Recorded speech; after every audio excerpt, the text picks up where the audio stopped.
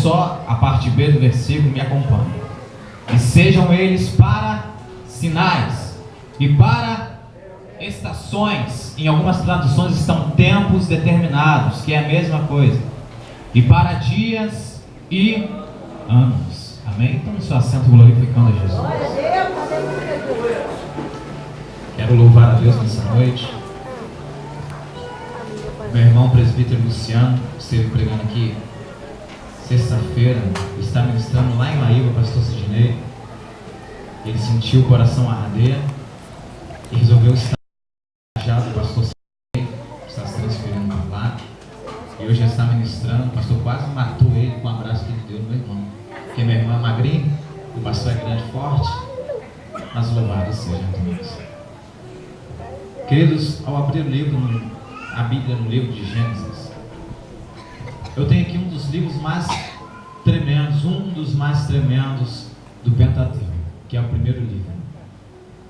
Falei aqui na quarta-feira que esse livro, o nome dele na verdade é Bereshit, que quer dizer em princípio. Todo livro,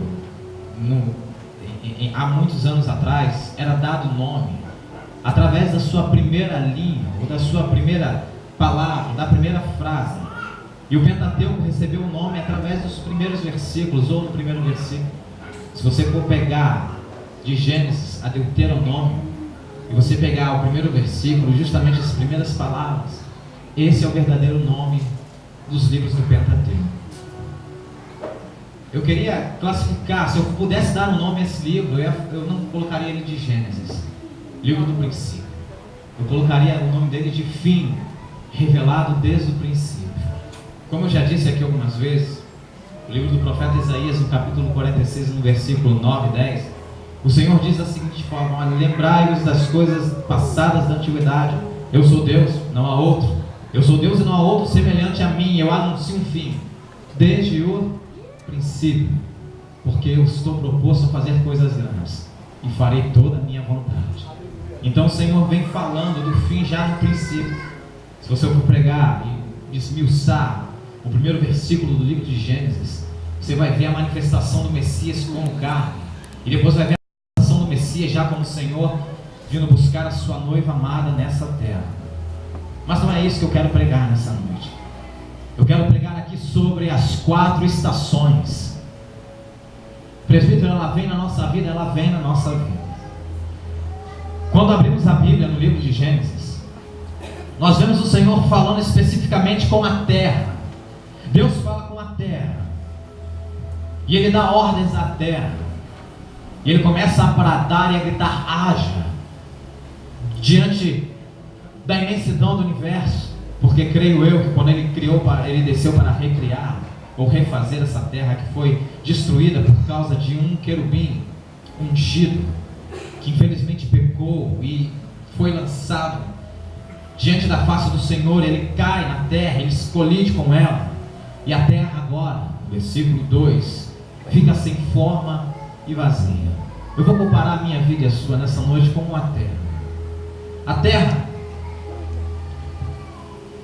criada ou recriada, melhor dizendo, é uma terra agora diferente, porque os animais oriundos da primeira terra de Gênesis 1 estão mortos.